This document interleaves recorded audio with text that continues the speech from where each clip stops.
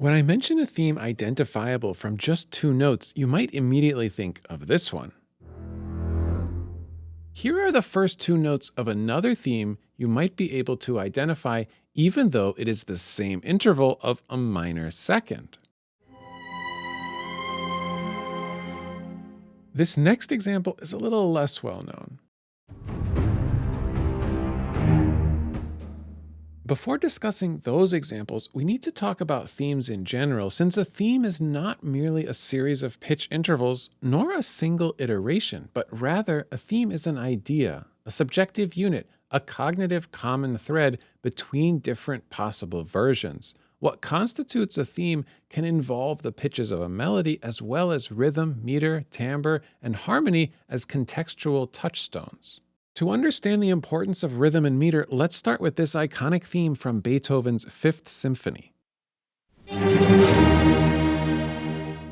This theme has four notes with the rhythm of short, short, short, long, and the longer note lands on a strong beat. Each of the short notes usually has the same pitch, so you should be able to recognize this theme even if the interval changes.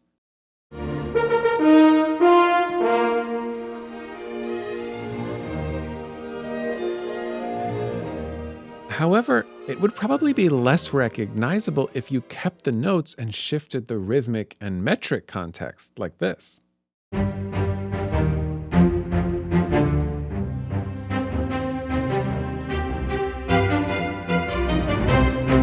The first two examples I played at the beginning involved the same interval, but I hope you identified them as from different movies. The first one was from Jaws by John Williams, whereas the second is the beginning of a longer Howard Shore leitmotif from The Lord of the Rings.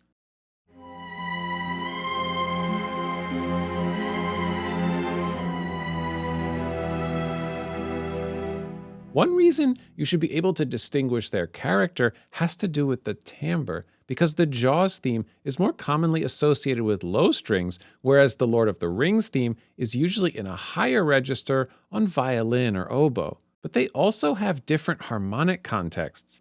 The Jaws theme doesn't have much harmonic context at all, whereas the Ring theme usually starts a semitone below a chord tone of a minor triad. The other theme I played was Ramin Djawadi's theme for The Unsullied from Game of Thrones. Even though there are only two notes, notice that it also has timbre of low strings and a specific rhythm in the way it is articulated. The second note gets cut off very quickly. In other words, this theme isn't just an ascending minor third, it's also a low register long note followed by a short one.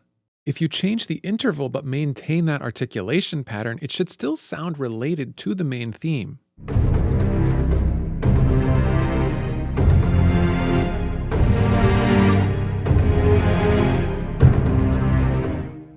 Identifying a theme completely out of context is different than doing so within a specific musical world, and decisions of a composer can make the opening interval a more distinctive characteristic of it.